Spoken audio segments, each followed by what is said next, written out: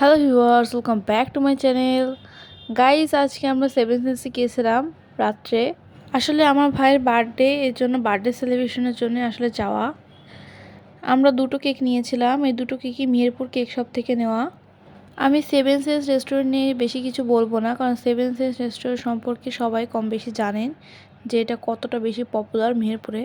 প্রতিবার আমরা কেকটা বাসায় কাটার চেষ্টা করি, কিন্তু এবারটা সেভেন সেন্সে নিয়ে গিয়ে সেলিব্রেশনটা করা হয়েছে, কারণ বাসায় অনেক বেশি মেসি হয়ে যায়। আমরা সেভেন সেন্সের বেশ কটা আইটেম অর্ডার করেছিলাম, তার মধ্যে সেট মেনুর মধ্যে যেটা 1 নম্বর সেট মেনু আছে সেটা অর্ডার করেছিলাম। আমরা চিকেন ফ্রাইড রাইস অর্ডার করেছিলাম, তার সাথে চিকেন সিজলিং অর্ডার করেছিলাম। এই চিকেন সিজলিংটা আসলে সেভেন সেন্সের সবথেকে বেশি পপুলার একটা আইটেম, এটা সবাই কম বেশি অর্ডার দেয়।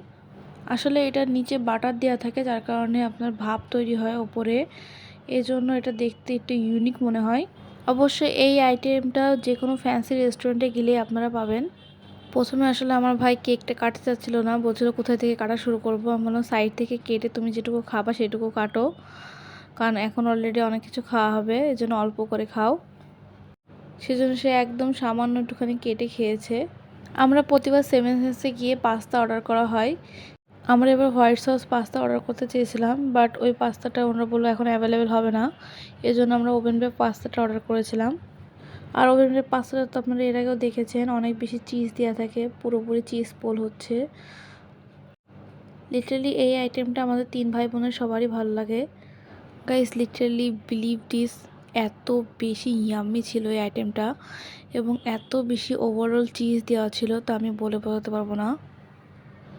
আর এটা হলো থাই স্যুপ, এটা আসলে ফ্রাইড রাইসের সাথে দিয়েছিল, যেহেতু আমি প্রথমেই বলেছিলাম যে এটা একটা কম্বো ছিল। তো এই থাই স্যুপটা আমার কাছে ভালোই লাগে, এই জন্য আমি প্রতিবারই একটা করে প্ল্যাটার অর্ডার করি, কারণ প্ল্যাটারের সাথে একটা করে থাই স্যুপ দেওয়া থাকে।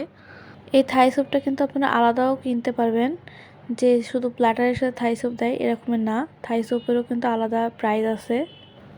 আমরা একটা মিট বক্স অর্ডার করেছিলাম, কিন্তু গাইস সবথেকে বড় ব্যাপারটা হলো গেছে এটা, যে যদি রাজশাহীতে আপনারা মিট বক্স ট্রাই করেন তাহলে আপনার কিন্তু মেহেরপুরের মিট বক্স ভালো লাগবে না।